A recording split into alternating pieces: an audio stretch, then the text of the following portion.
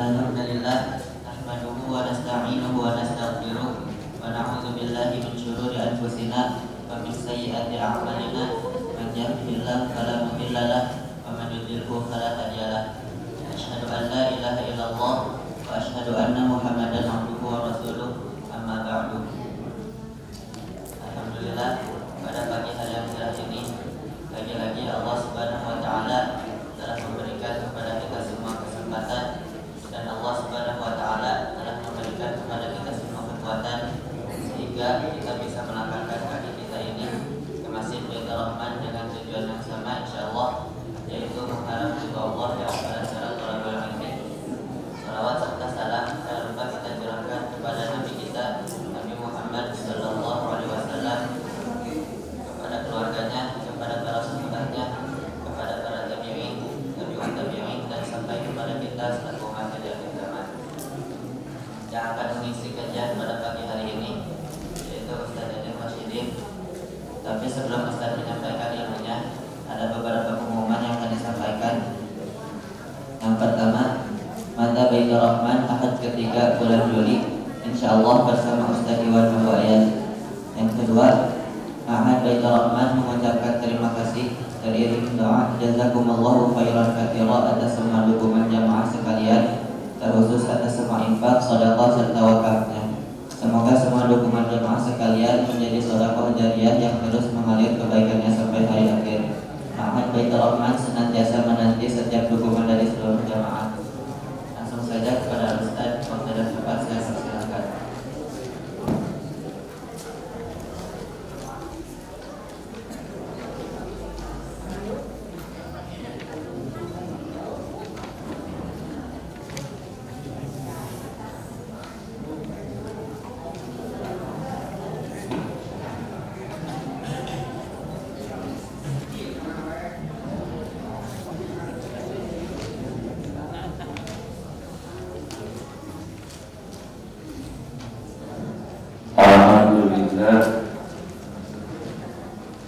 Asyhadu an la ilaha illallah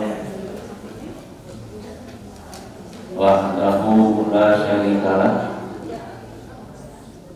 wa asyhadu anna Muhammadan abduhu wa rasuluh. Amma ba'du. Mendidik diri agar hidup hanya untuk beribadah pada Allah.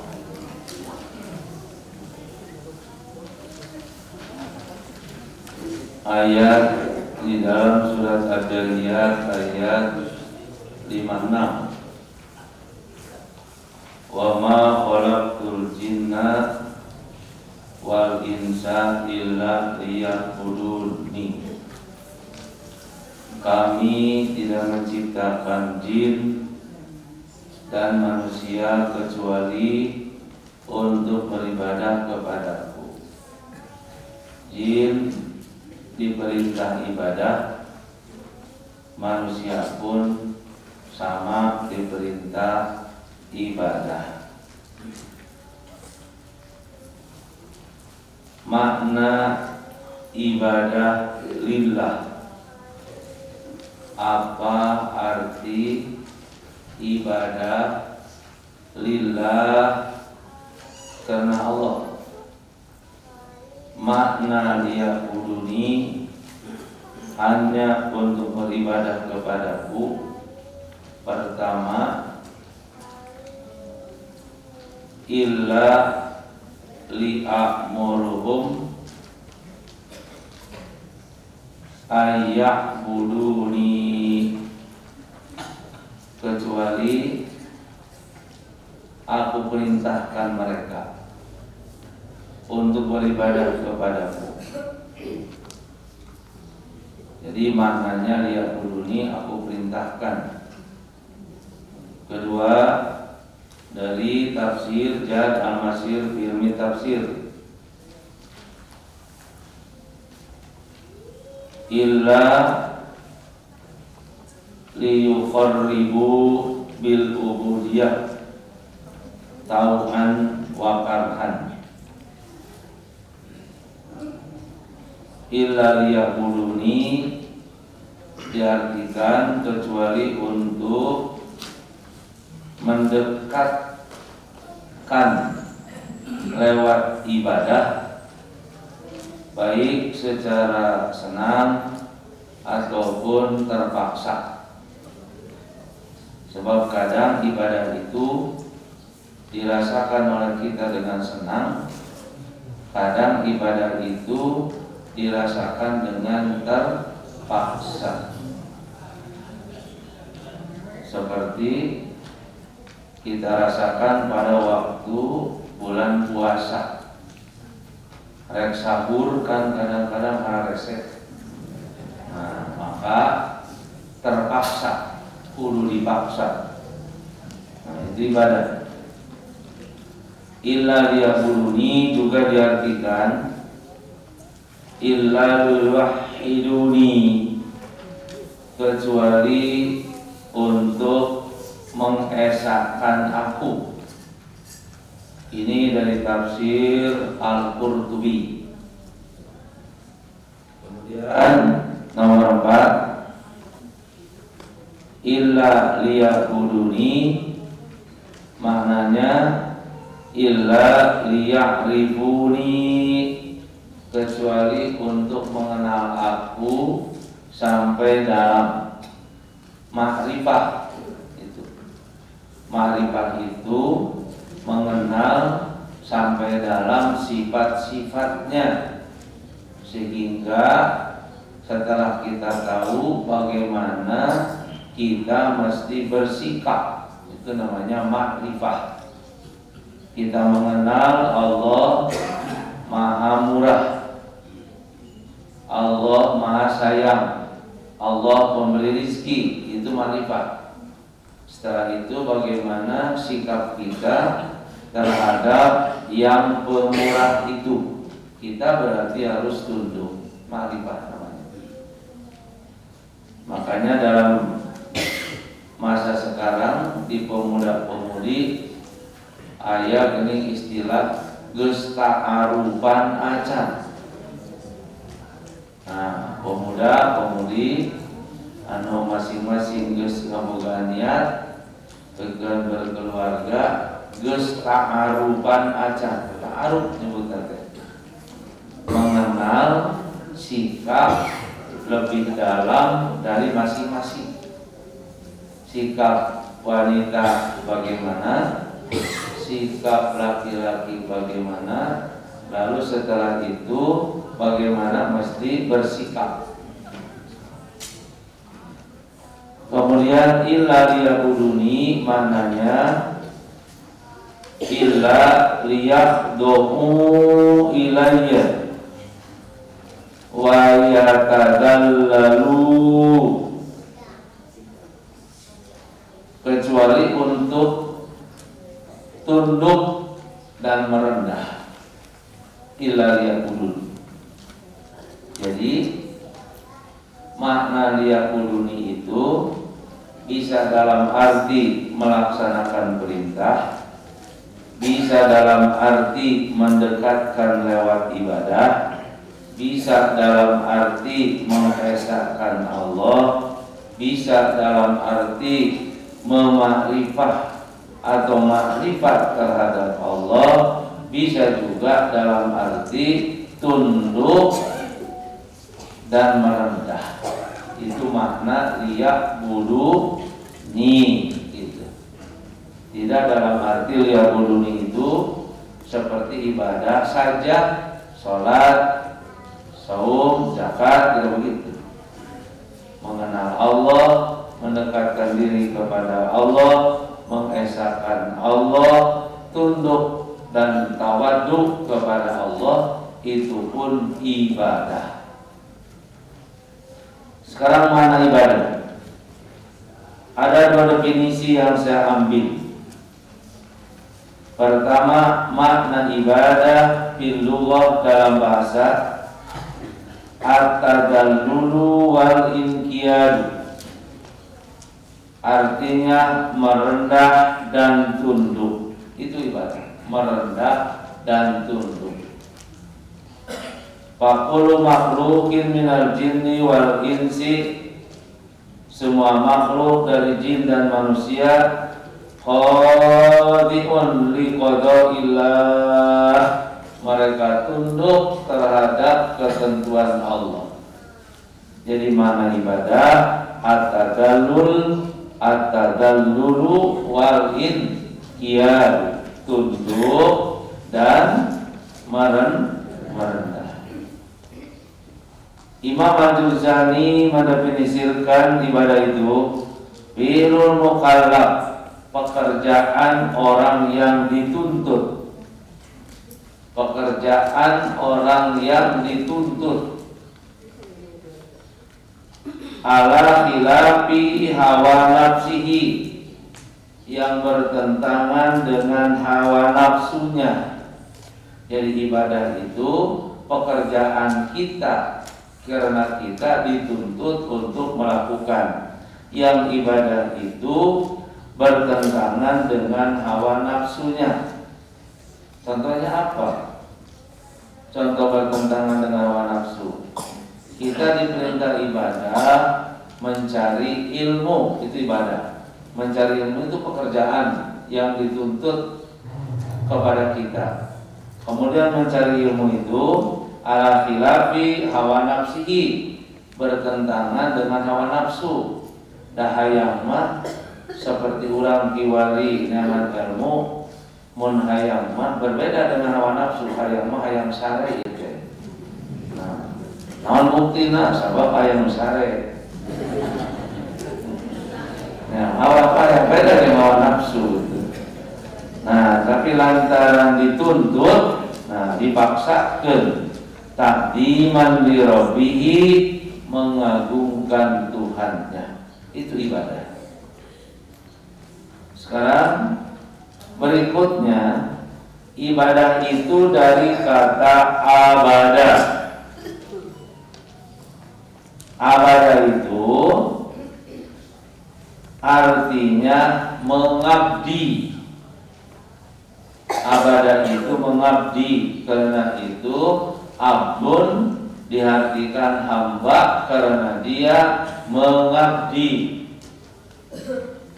Dari kata abadah lahirlah ubudiyah, ibadah, urusan ibadah. Kalau urusan kehidupan muamalah, kalau urusan peribadahan ubudiyah. Ubudiyah apa? Ubudiyah itu idharu tadalluli, menampakkan kerendahan. Wal ibadatu ablagu minha, sedangkan ibadah lebih merendah daripada ubudiyah. Jadi ubudiyah ibadah, artinya menampakkan kerendahan. Tapi kalau disebut ibadah itu ujungnya. Sebab dari kata abadah, masdarnya itu abdan wa ibadun. Ibadun itu tidak ada taat, ibadun. Kemudian untuk menunjukkan kepada ketundukan yang sangat, nah, maka ditambah weta di akhir, no disebut mubalaghah, yang menunjukkan kepada kesempurnaan. Jadi kalau orang menyebut ibadah lantaran di akhirnya ayat huruf ta, itu memberi arti betul-betul merupakan ketundukan terhadap Allah. Itu pentingnya tak di akhir. Seperti kalimat mukjizat, kan ada taan di akhirnya. Nah, itu menunjukkan melemahkan lawan sehingga lawan sama sekali tidak berdaya. Kalau kita menyebut ibadah berarti betul-betul ketundukan terhadap Allah. Itu ayat ta'an. Li'annaha ghayatu tadalluli, karena ibadah itu adalah ujung daripada kerendahan. Kalau ujung daripada kerendahan, kepada siapa kita mesti merendah dengan sempurna? Hanya kepada Allah. Wala yastahiquha illa man lahu ghayatul ifdol. Tidak pantas kecuali kepada yang memiliki ujung kesempurnaan. Siapa yang memiliki ujung kesempurnaan? Adalah Allah. Jadi ibadah itu hanya kepada Allah, ujung kesempurnaan. Nah, walihada qala alla ta'budu illa iyyahu. Karena itu Allah berfirman, janganlah kamu beribadah kecuali hanya kepadanya.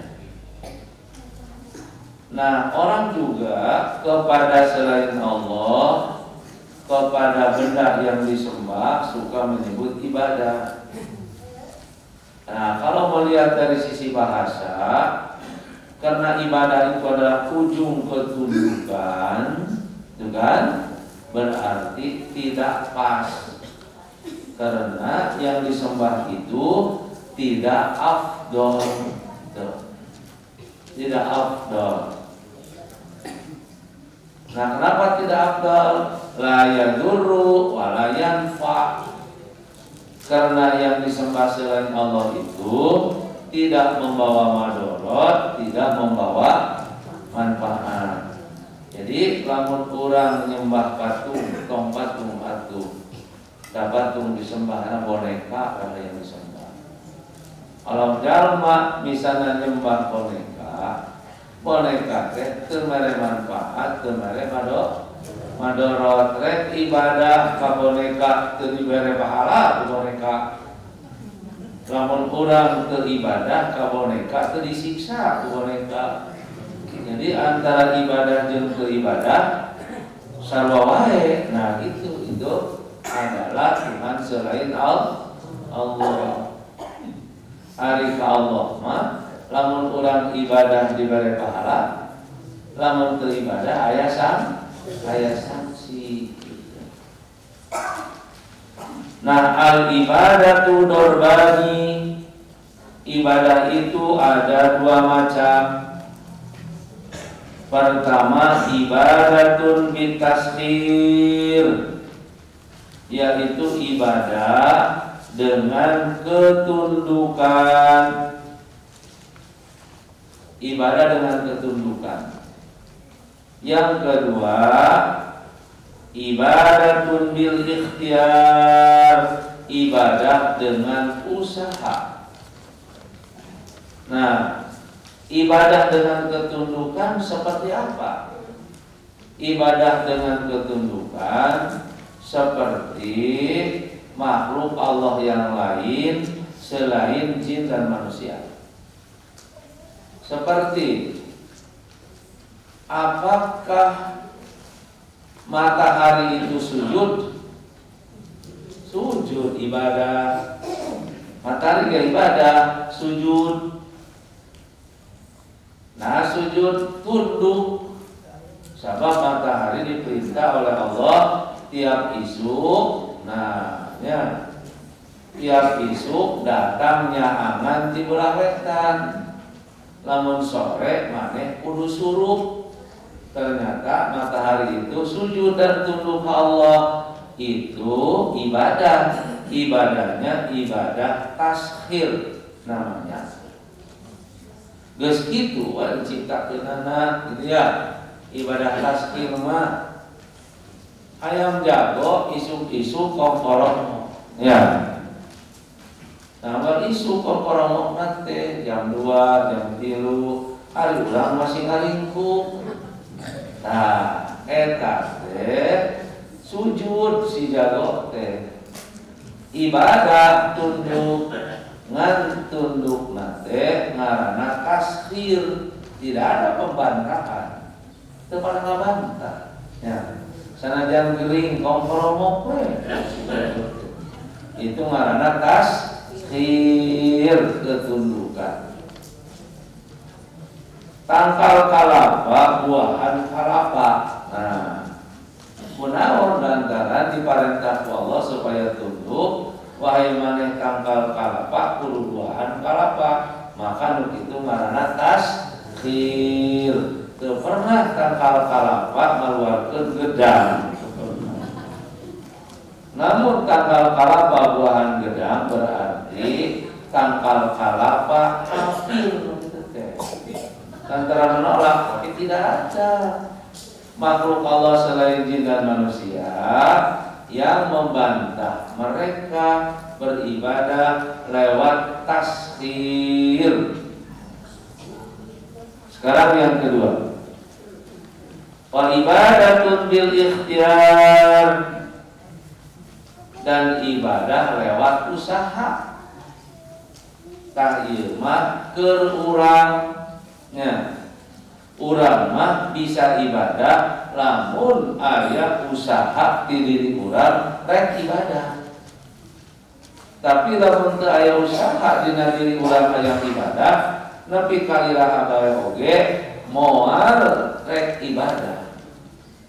Sanajan nepi ka kolot, sanajan nepi ka puis pinuh kabeh daya hidup hiji jajan. Moal bisa ibadah tanpa usaha.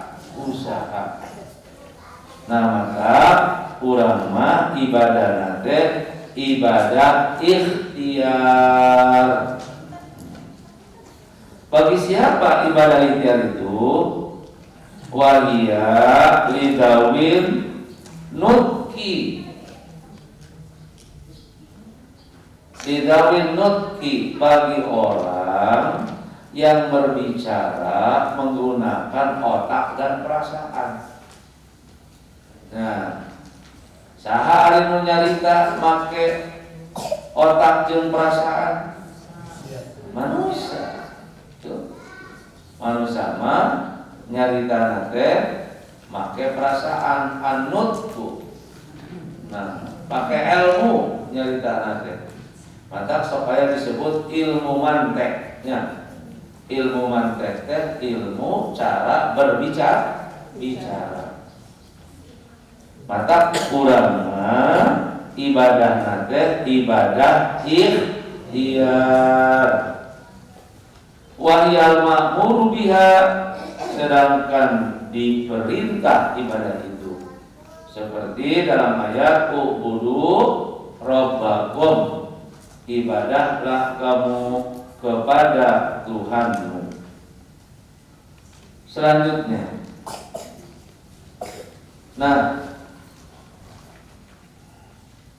sedangkan al-abdu yang artinya hamba terdapat dalam beberapa macam.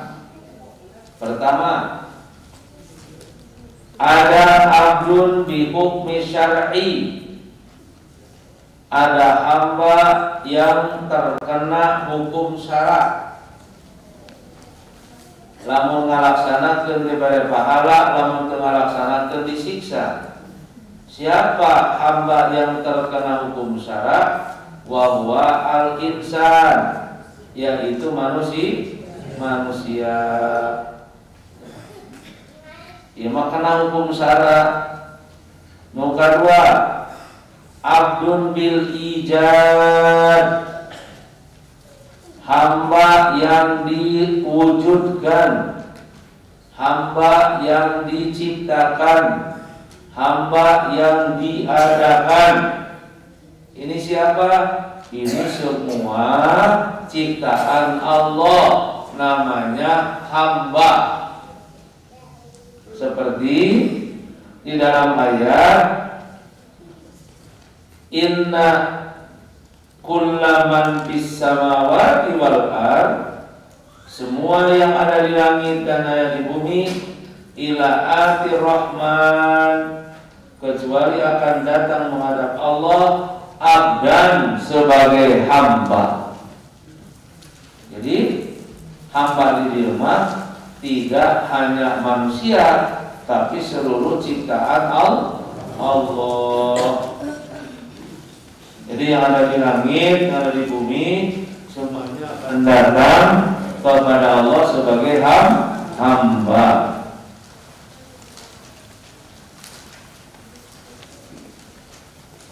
Dan yang ketiga, ada hamba abdun bil ibadah wal khidmah. Ada hamba yang beribadah dan hamba yang mengabdi. Nah, untuk ini anas, manusia-manusia. Ada dua macam hamba yang mengabdi itu. Pertama, abdun lillahi mukhlisun, hamba Allah yang ikhlas. Wawal maksud, itulah yang dimaksud dengan wadkur abdana ayyuba. Ingatlah hamba kami yang bernama Ayub. Itu maksudnya ada hamba yang ikhlas. Yang kedua, ada hamba li dunya wa a'raduha.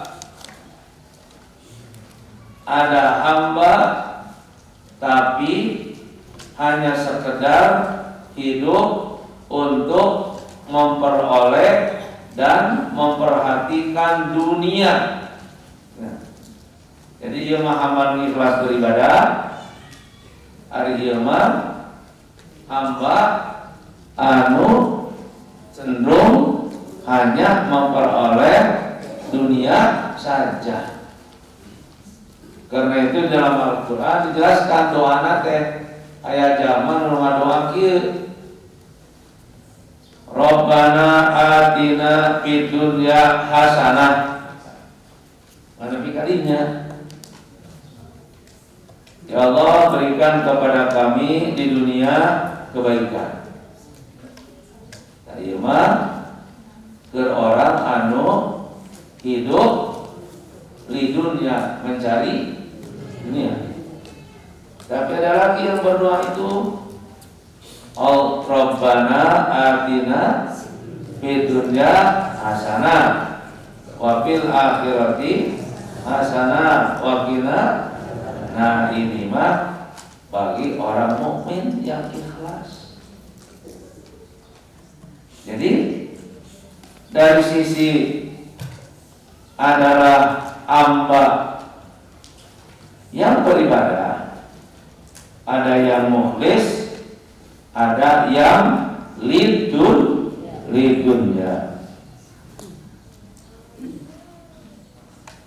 Wa ala hadza nahwi yasifu ayyuqala. Dari sisi ini maka bisa dikatakan laisa kullu insanin abdun lillah. Nah, kesimpulannya kan gitu. Tidak semua manusia menjadi hamba Allah, tidak semua. Nah, kenapa? Fa innal abda ala hadza bimakna al-abid. Karena yang dimaksud dengan abdun dalam makna ini ialah yang beribadah. Apakah semua manusia beribadah? Tidak. Karena itu tidak semua manusia menjadi abdun lillah. Cuman bedanya walakin al-abdu ablaghu minal abid. Kalau kita menyebut abdun itu lebih ibadahnya ketimbang orang disebut al-abid. Wan nasu kulluhum ibadullah. Semua An-nas adalah ibadullah. Balil asya kulluha, bahkan segalanya pun selain manusia, pohon, tuh, matahari, bulan, bintang, semuanya adalah ibad. Akan tetapi lakin batuha bitashir, sebagiannya ibadahnya lewat tashir ketundukan, wa badua bil ikhtiyar, dan sebagian lagi ibadahnya lewat ikhtiar. Yang tadi kalau matahari dia mengabdi namanya apa? Tashir. Kalau kita beribadah lewat ikhtiar. Nah, ada beberapa hal yang mempengaruhi ibadah kita supaya tidak lillah. Ada penyakit ibadah supaya kita tidak lillah dalam ibadahnya. Tidak karena Allah, tidak untuk mendekat pada Allah, tidak untuk melaksanakan perintah Allah, tidak untuk mengesahkan Allah, dan tidak pula untuk ma'rifah kepada Allah. Apa itu? Syirik. Syirik. Sebab syirik adalah sebalik dari tauhid. Ya. Kalau tauhid mengesahkan Allah, kalau syirik menggabungkan, kan? Menggabungkan antara Allah dengan yang lain. Karena itu kalau percaya, kalau lain juga percaya. Tapi kalau tauhid cuma satu. Yang mengganggu ibadah lillah itu syirik. Di antara perbuatan syirik, pertama as-sihru, sihir. Nah, kalau kita melakukan perbuatan sihir,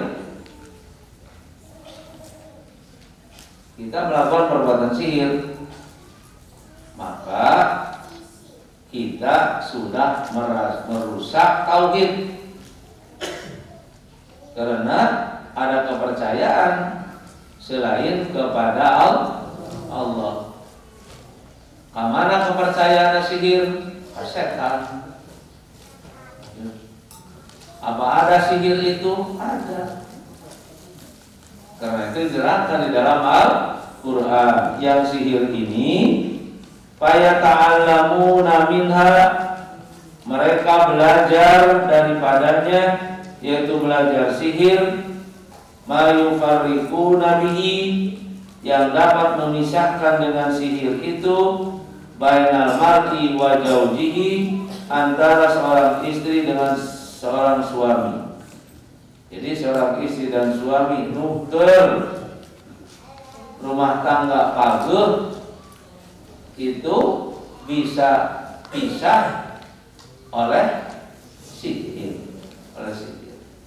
Nah, sihir ini karena mintanya kepada setan, ya, kepada jin, setan dari bangsa jin, dia mempercayai setan, dia nyambat setan, meminta tolong kepada setan, maka termasuk kepada syirik. Kemudian yang kedua, yang merusak lillah adalah kahanah dan arafah. Kahanah dan arafah suka diartikan dukun.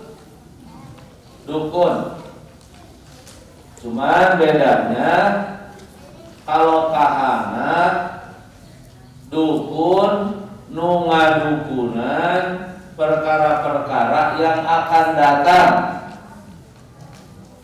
Kalau arafah, dukun, nungadukunan perkara-perkara yang telah lalu. Itu bedanya. Kalau seseorang datang ke dukun, lalu dia meminta sesuatu ke dukun untuk perkara yang akan datang, maka itu namanya kahanah. Kalau dia datang ke dukun, lalu dia minta fatwa dari dukun tentang perkara-perkara saya yang sudah lalu dukun menjelaskan lewat syiriknya, itu namanya arrofah. Tapi boleh datang ke dukun namun kira dukun kumaha kuliah kira-kira kita harus ke si dukun ngajawab mun maneh panjang umur, maneh teh bari sekolah keur jadi aki-aki. Dukun pintar.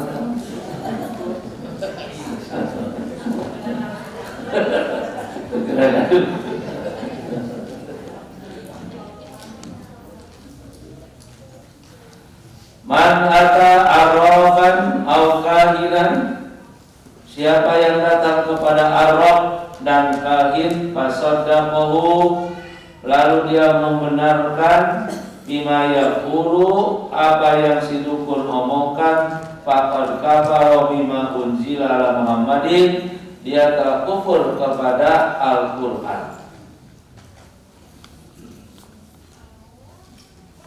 Kemudian nomor 3, ini juga yang merusak ibadah lillah, yaitu nusrah.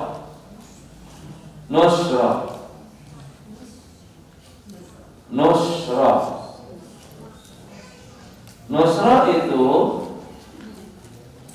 menghilangkan sihir dengan sihir.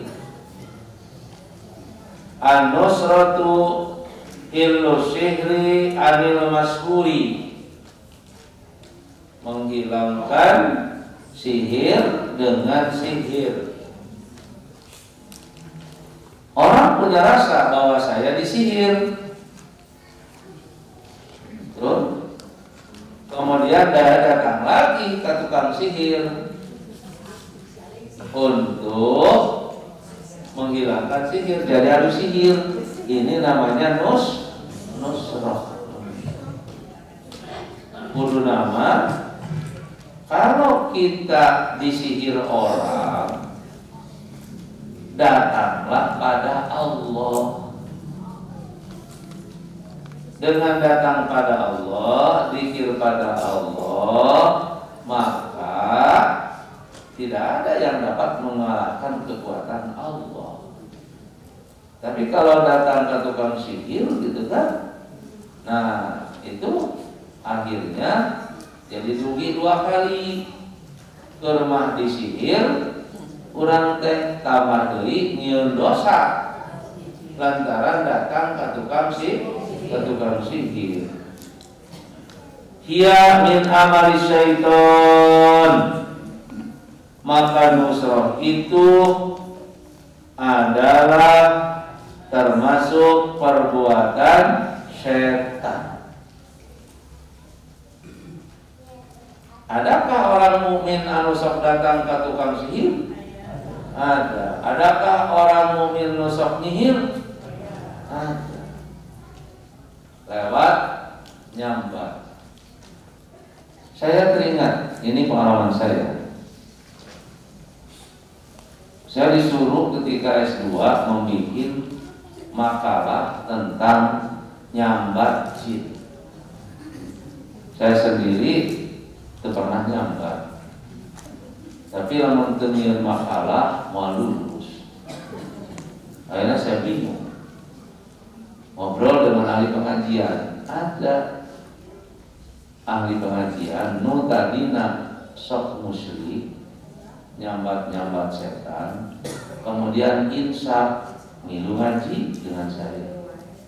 Maka saya ngobrol dengan dia, mencari apa sih nu disebut ilmu nyambat teh. Maka kata orang itu Ari Ustad abdi insaf Ustad rek kufur.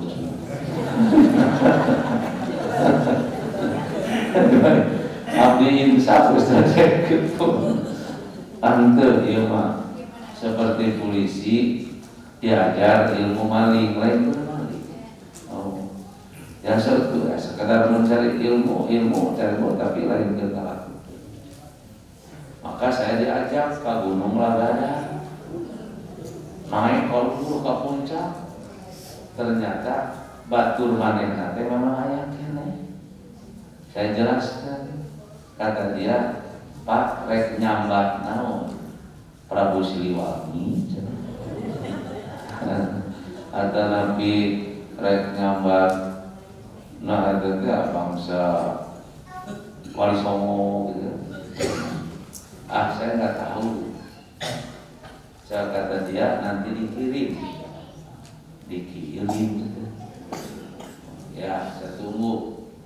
Ternyata beberapa lama dikirim pakai kertas folio tulisan Arab Melayu teka baca. Dari karya ilmiah gimana yang seperti ini? Akhirnya tambah bingung. Ingat ke guru saya, Ustadz Marcel. Maka saya datang ke dia malam-malam.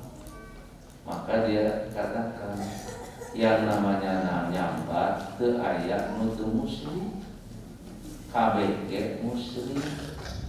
Lantaran nyambat jin, tah ieu bukuna ngaran-ngaran jin. Dia punya buku ngaran-ngaran jin. Wah, ieu ngaran jin teu geuning loba. Nah, terus ini Ustaz, yang namanya aliran putih dan aliran hitam katanya bohong itu, semuanya juga aliran hitam. Nyambat jin. Terus Ustaz gimana?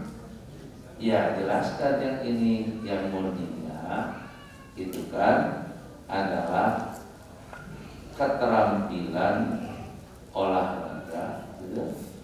Keterampilan bela diri dan memang pendekatan diri pada Allah.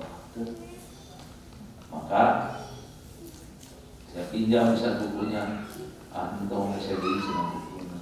Kecuali hari ini harus fotokopi, saya malam-malam cari tukang fotokopi. Mudah di fotokopi, setelah di fotokopi dibuat makalah.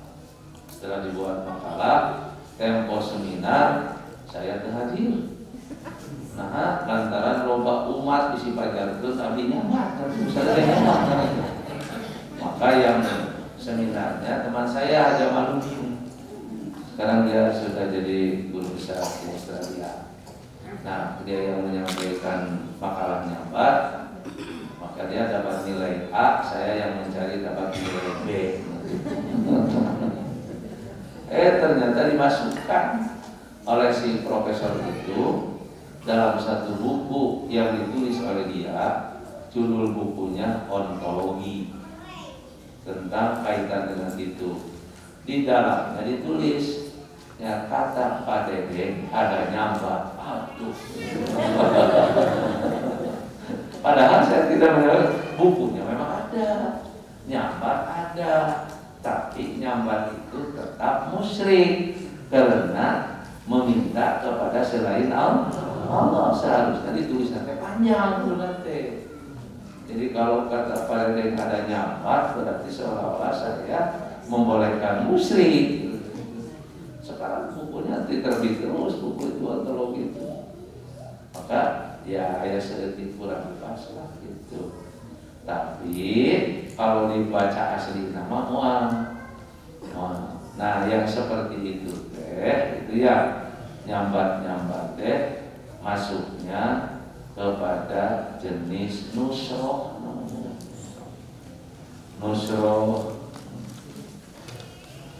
Nah berikutnya yang merusak lillah itu adalah tanzim, perbintangan.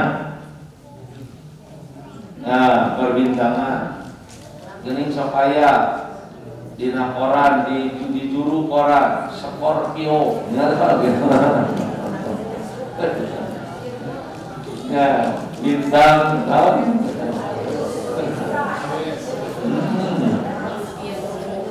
Nah, kalau kita mempercayai itu, rusak lillah kita, rusak ibadah karena Allah. Al-istidlal bil ahwal al-falakiyah ala hawadis al-artiyah, yaitu meminta petunjuk lewat keadaan bintang untuk sesuatu yang terjadi di bumi ini. Tapi kenapa ada ilmu falak? Beda dengan ini. Kalau ilmu falak itu keilmuan yang digali oleh seseorang sehingga dibakukan menjadi sebuah ilmu, tidak ada kaitannya dengan akidah. Kalau ini ada kaitan dengan akidah. Berikutnya, al-istisqa bil anwa, yaitu memohon siraman hujan kepada bintang. Memohon siraman hujan kepada bintang. Kudu nama sholat istisqa teh kasaha ka Allah, ieu mah kalah istisqa teh ka bintang. Lalu Atiaro.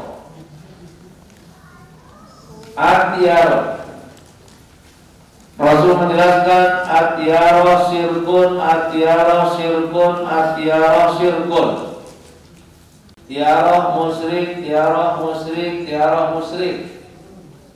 Tiaroh itu dari apa? Dari toer, burung, manuk. Kalau orang mempercayai manuk, itu musyrik. Jadi tiaroh, manuk tungtuing. Nah, rusak lillah. Maka sok aneh, aya burung tungtuing itu bisa sare.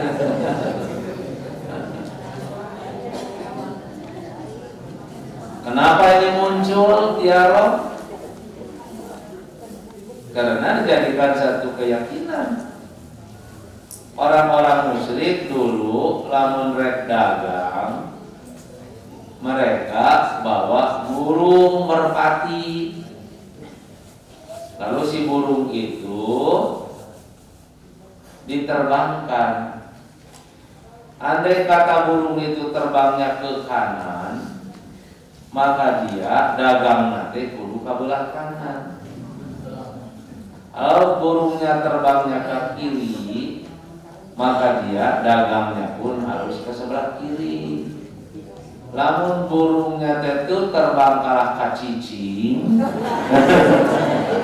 maka dia tidak akan pergi untuk dagang.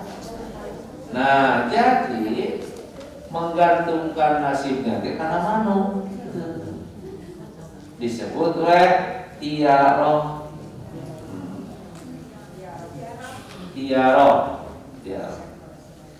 Ya termasuk pada jenis tiaroh. Selain daripada burung yang dipakai, kadang-kadang ada kupu-kupunya, kupu-kupu, ada kupu-kupu asuh, mereka aya tamu, aya murid asuh, mereka aya golpolan.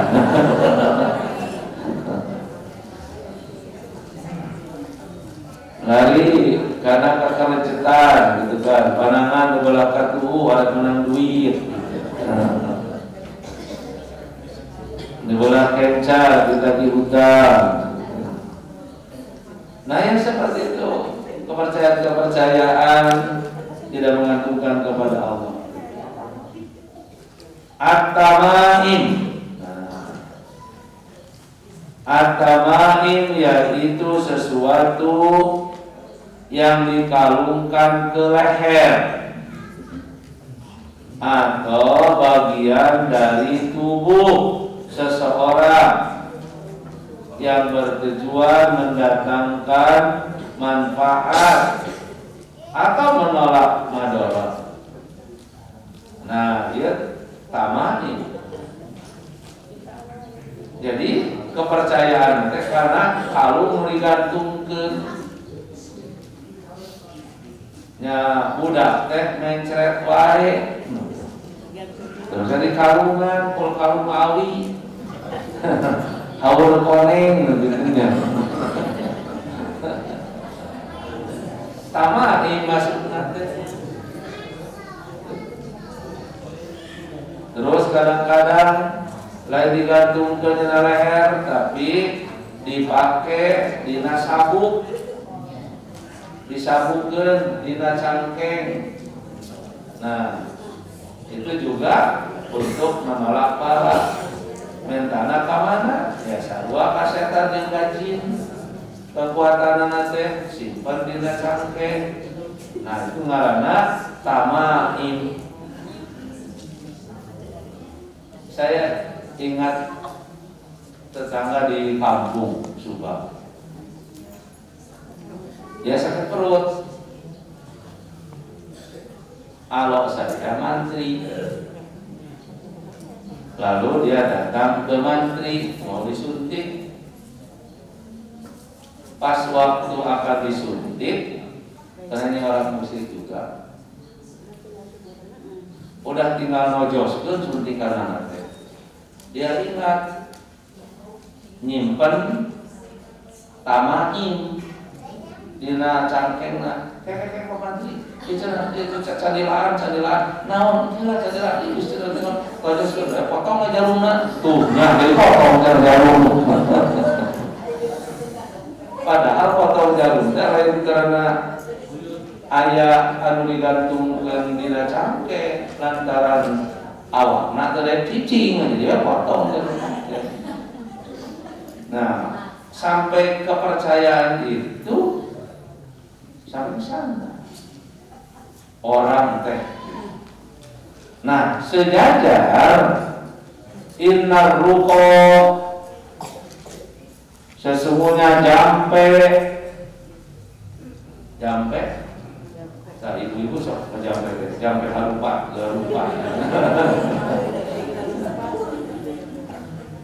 watamaima dan jimat. Tamaim itu jimat. Watiwalata dan pelet. Pelet. Syirkun adalah syirik. Jadi ruko, tamaim, tiwala adalah syirik. Pelet mata lauk sok loba nu pelet tuh.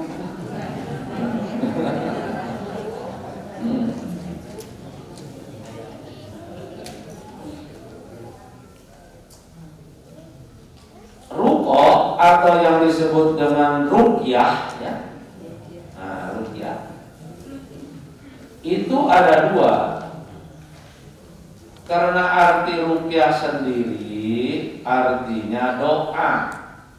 Ruqyah itu doa.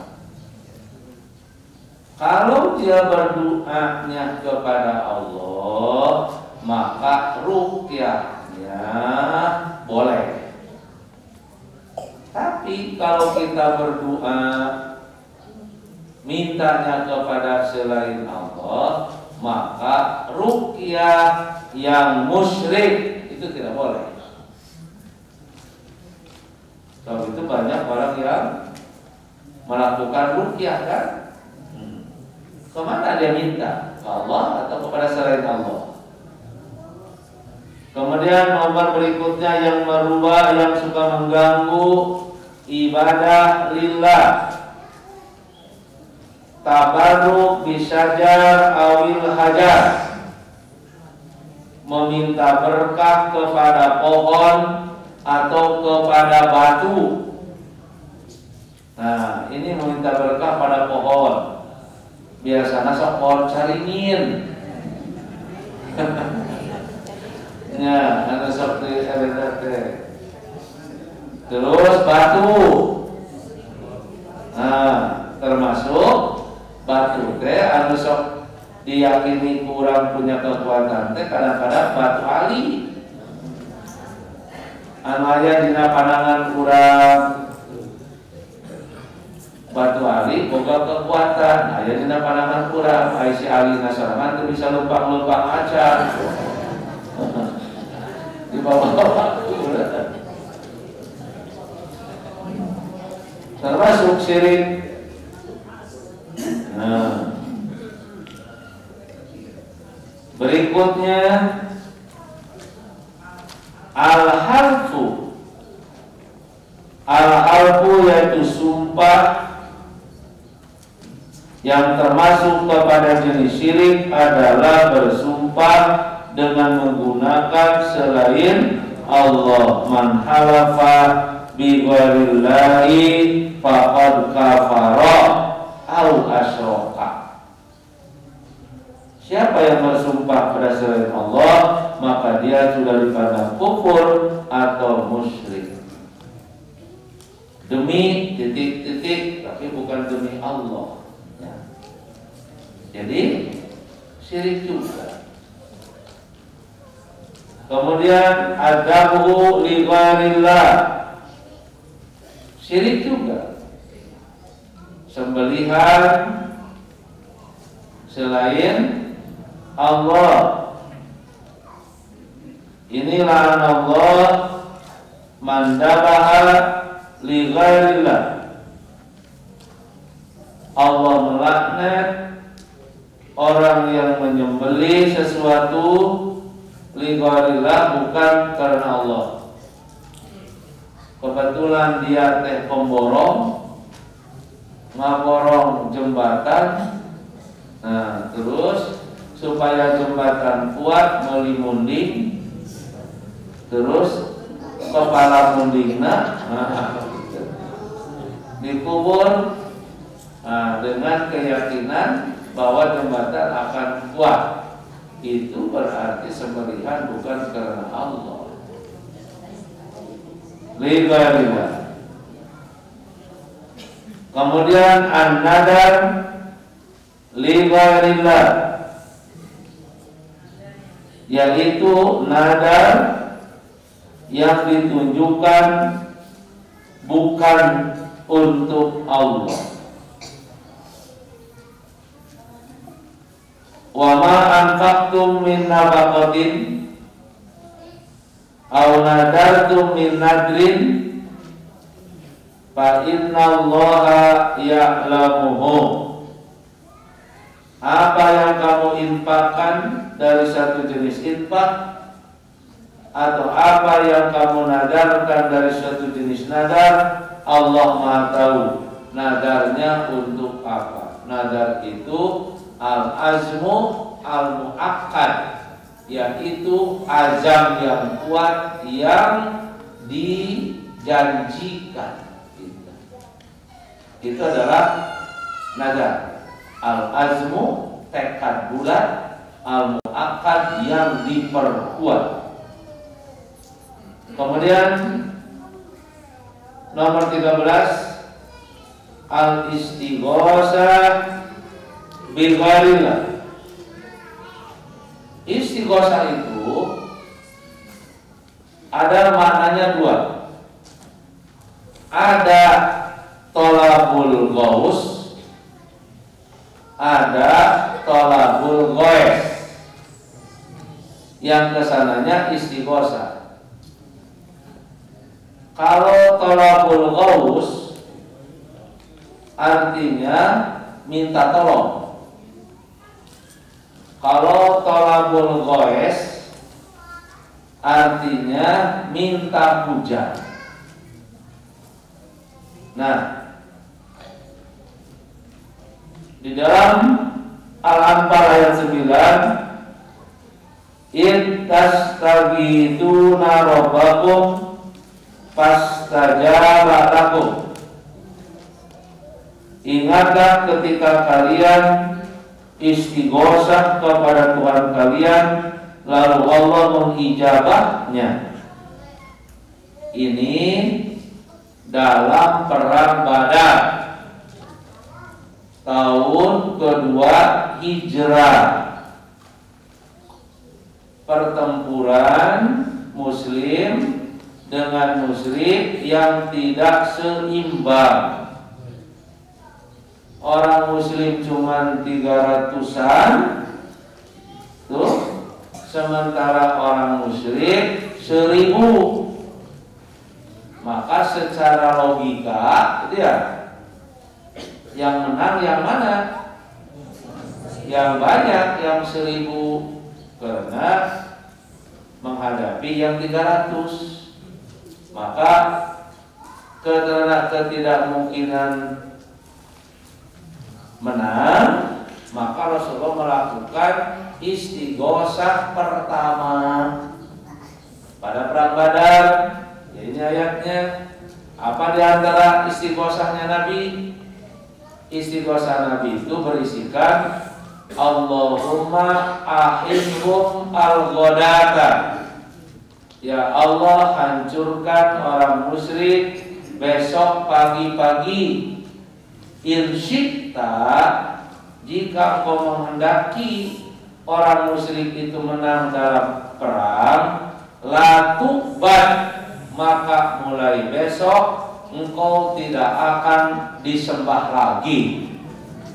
Sampai Rasulullah memvonis, lamun orang musyrik menang perang isukan, maka mulai isuk Allah mau disembah deui. Ya, keras sekali. Istighosah Nabi, in syi'ta la tubat. Maka istighosah di sini bukan minta hujan, tapi maknanya tolabul ghaus, minta bantuan, minta pertolongan. Maka fastajaba lakum, Allah mengijabah. Dengan apa ijabahnya? Orang-orang Muslim, tentara Muslim yang akan berperang itu nuasa oleh Allah ditundukkan. Rek perang tapi tunduk. Jadi menghadapi musuh lain jak kalah sare. Padahal menurut akal gampang. Lalu musuh besarare tinggal lakukan. Nah, ada orang musyrik tidak tidur semalaman karena takut diserang. Ada orang Muslim di perang Badar karena sarare. Pagi-pagi Allah menurunkan hujan yang sangat deras. Orang musyrik kehujanan, orang Muslim kehujanan. Anu geus sare tibra, terus isuk-isuk mandi jadi seger. Tapi anu teu sare sapo peuting, terus kehujanan jadi jangar. Maka ketika pagi terjadi pertempuran, di mata orang musyrik seolah-olah tentara Muslim lebih banyak. Akhirnya mereka kalah dalam perang Badar. 70 yang mati dan 70 yang ditawan. Nah, itu istighosah. Kepada siapa Rasulullah istighosahnya? Kepada Allah. Maka lamun urang menta hujan, ulah ka pawang hujan. Kan sekalian pawang hujannya. Nah, atau lamun urang hajatan sieun ya sieun hujan ngagepret terus kamu kehujanan, urang meni sok datang jalma sok datang ka pawang hujana. Nah itu termasuk kepada adalah syirik, namanya istighosah. Nomor terakhir 14, al-isti'anah bi ghairillah, yaitu memohon perlindungan kepada selain Allah, termasuk kepada pekerjaan syirik. Ini ditunjukkan oleh ayat Allah Subhanahu wa taala, wa annahu kana rijalun minal insi, sesungguhnya ada orang-orang dari bangsa manusia yata'awwaduna, mereka meminta bantuan birijalin minal jinni, kepada laki-laki dari bangsa jin.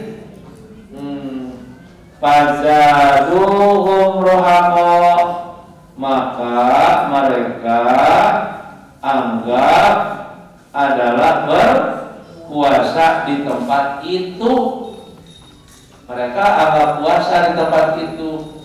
Ada laki-laki dari bangsa manusia datang kepada bangsa jin minta bantuan, yang orang itu, laki-laki itu, yang manehna berpuasa di tempat eta teh. Menta naon atuh si jin teh, menta rokok.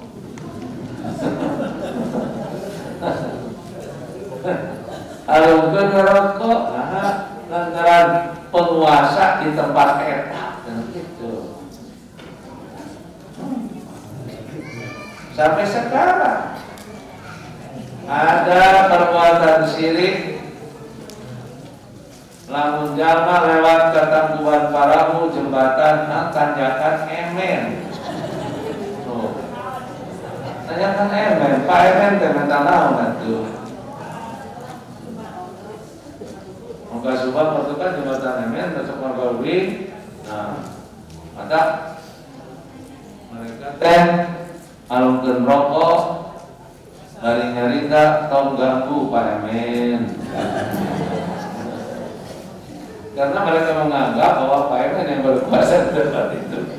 Fajaduhum rohaqo. Saya kan orang Subang. Pak Emen itu kan orang Subang, tukang pindah. Kecelakaan ini yang ngaguling, jeung mobil-mobilnya jeung Pak Emen-emena. Jadi sabar Pak Emen teh dan hayang merokok, hayang pindah. Nah, orang seperti itu, sasi penguasa di dieu teh, gitu kan? Sasi penguasa di dieu teh terus minta bantuan. Di dalam sebuah ayat yang jelaskan, saya pernah menjelaskan ini di Piatu. Sebenarnya jin teh sieun ku urang. Ya, jin itu takut oleh manusia. Makanya kalau ada manusia, si jin itu lari ke lembah-lembah. Sieun, tapi ternyata manusia itu minta bantuan kaji. Cek si jin teh geuning teu sieun ka urang. Akhirnya si jin ngadeuteut. Jadi mereka bantuan yang sebenarnya mereka takut. Nah, karena itu perbuatan-perbuatan kecil seperti ini akan mengganggu terhadap kebersihan ibadah lillah, karena menyimpang meminta bantuan kepada selain Allah. Nah, karena itulah maka sejak sekarang kita harus mendidik diri kita, ya, agar hidup hanya untuk beribadah lillah pada Allah. Hindari perbuatan-perbuatan syirik, karena syirik adalah penyakit tauhid yang menyampingkan bahwa Tuhan itu hanyalah Allah. Itulah yang kita bahas pada hari ini, yaitu mendidik diri agar hidup hanya untuk beribadah lillah. Aku qouli hadza wa astaghfirullah li wa lakum. Wassalamualaikum warahmatullahi wabarakatuh.